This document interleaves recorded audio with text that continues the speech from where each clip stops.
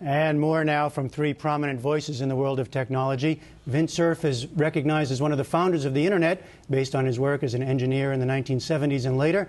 He now promotes the adoption and use of the Internet around the world as the so-called chief evangelist for Google. Steve Case is co-founder and former chairman and CEO of AOL. He's now an entrepreneur and backs startups in a range of industries and chairman of the Case Foundation. And Jenny Jardin is editor of the popular technology and culture website boingboing.net. Vint Cerf, I'll start with you. As an engineer, how would you describe the impact of Steve Jobs on the world of technology? Pretty much incalculable. Steve was the guy who thought about science fiction and made the engineers turn science fiction into reality. A wonderful challenge. Tough guy to work with, but he always got it right. He made the engineers do what they didn't think they could do. They didn't think they could do. They didn't think they could, and Steve said, yes, you can. Go figure it out. Steve Case, as a manager, a tech businessman, what did you see? Well, everybody was very impressed with Steve as not just a product visionary, as Vince said, but also a great business leader. He pushed the engineers to create great products. He also pushed the business partners to do the right thing in terms of creating the best possible consumer experience. And that was true across the whole line of products, and whether it be the iPod or the iPhone or more recently the iPad. So it wasn't just the ability to see around corners and, kind of as Wayne Gretzky used to do, go where the puck's going and take consumers with them, but also get the whole ecosystem working together in support of that product and support of the consumer needs. Was he a tough competitor?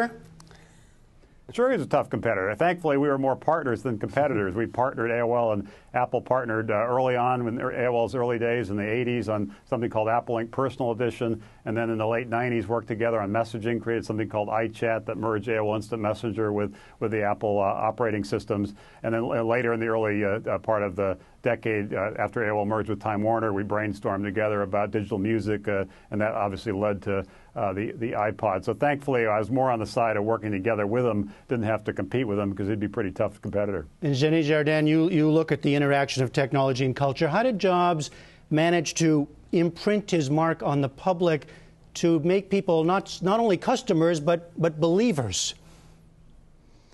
That's really a great mystery, and I think it will remain so for many years. It's hard to unravel exactly what made Steve Jobs so charismatic and so convincing.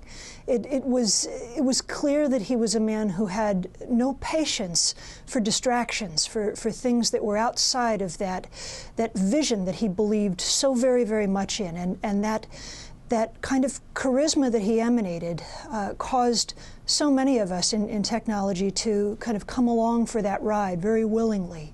Jenny, he used this word taste a lot in designing products, a matter of personal taste, often his own taste, I guess. What did he mean by that? You know, one of the most beautiful things that I will always remember that he said is this idea that design isn't just how something looks or feels. Design is the very product itself. It's like the soul of these products. The idea that elegance, that simplicity, that beauty are fundamental qualities that technology should possess. This was something that people were not thinking about in the 70s and the 80s when Apple was first emerging. This was something that was seen as heresy. There was a NewsHour piece in the late 80s about Apple, about Steve Jobs. And in the beginning of the piece, he talks about receiving a letter from a 6-year-old boy. IBM, the other big mainframe computer makers at the time, they weren't worried about what a 6-year-old boy was thinking. But that 6-year-old boy and all of the other regular people, they grew up, and those were the people it always seemed that Jobs was designing for. Now, Vint Cerf, the qualities we keep hearing about, driven, passionate, secretive, tough, you were talking about pushing the engineers beyond where they wanted to go. How does one do that? Well, first of all, you have to have a vision that other people can understand. Steve's design taste was sleek, simple, intuitive. When the original mouse was developed in 1968, it had 3 buttons. When Steve approached this, it had 1 button, and the idea was you only have to worry about 1 button, not a whole bunch of them.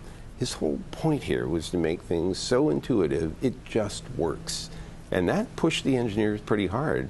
but it gave them a target that they might not have shot at themselves. And how about pushing the industry and keeping control over a lot of what he did? Well, plainly, he had a vertically integrated system. He really believed that you should make the box, put all the complicated stuff inside, and don't open it up. It just works.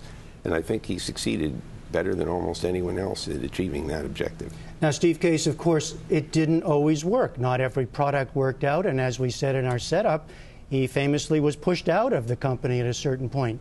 He came back and turned it around big time. Now, how does one do that? You know the experience of being at the top and having to maintain that position. How hard is that, and how does one do it? Well, I think it was really hard. For a decade, he was at Apple and focused on Next and Pixar, and had obviously a great success with Pixar. But I think his true love was always Apple. So when he reemerged, I think it was 1997, he went back in as CEO. I remember he called me that week and was pushing us to do more things together at AOL. And at that point in time, most people in the industry had given up on Apple. They'd kind of written it off.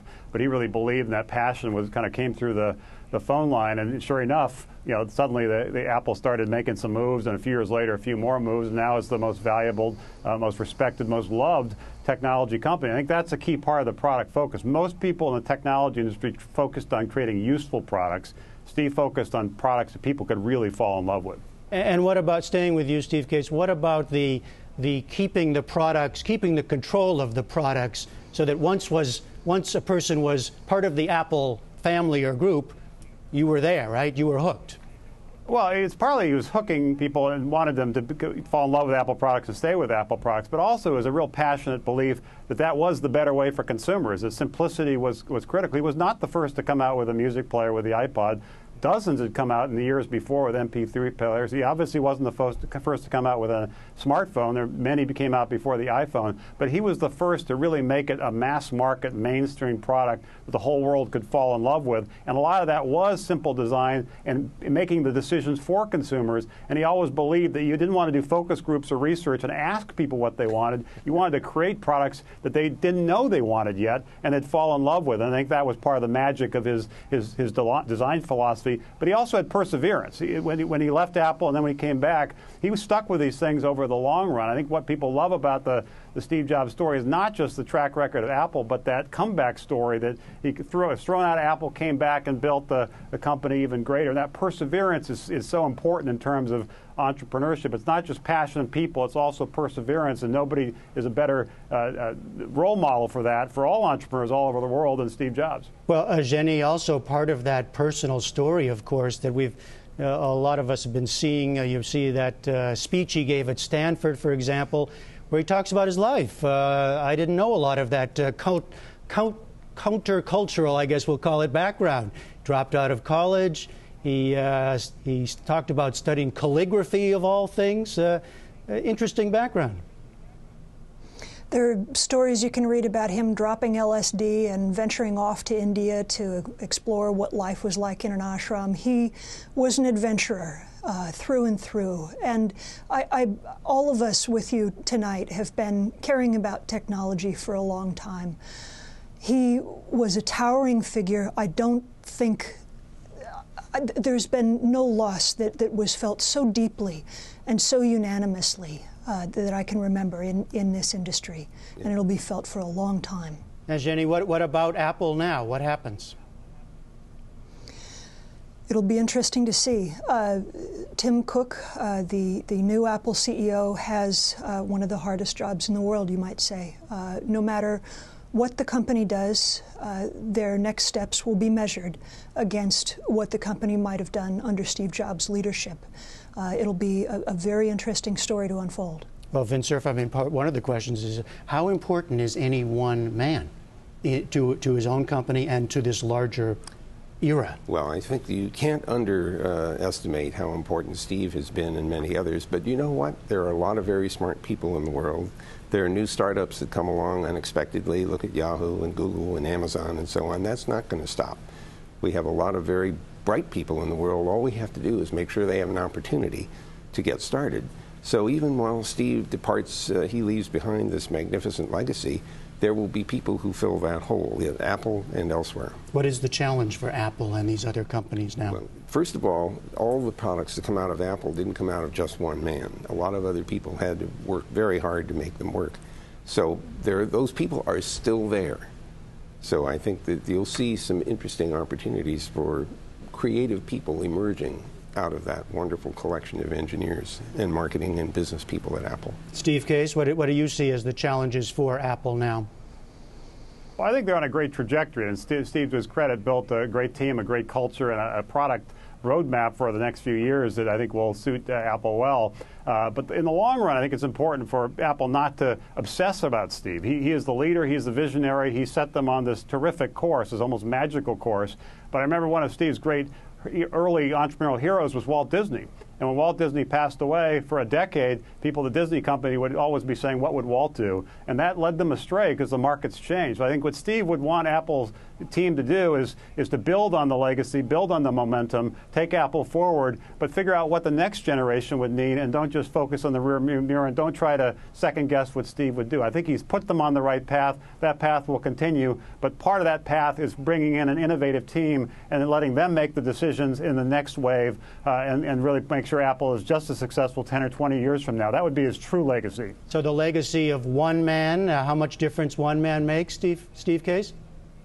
Oh, it's extraordinary. I don't want to, for a minute, to underestimate that. Apple would not be what it is today without Steve, and that proof of that was Apple struggled when he was gone and had a tremendous run when he came back, and that's a huge loss, and it will be felt for many years to come. My only comment was making sure Apple recognizes, as Steve recognized, looking back at the history of Disney, that it's incredibly important for the whole team there to build on that legacy, build on that vision, and take it to new places, and not just focus on Steve as one individual. All right, Steve Case, Jenny Jardin, and Vint Cerf on the life and work of Steve Jobs. Thank you all very much. Pleasure to be here. Thank you.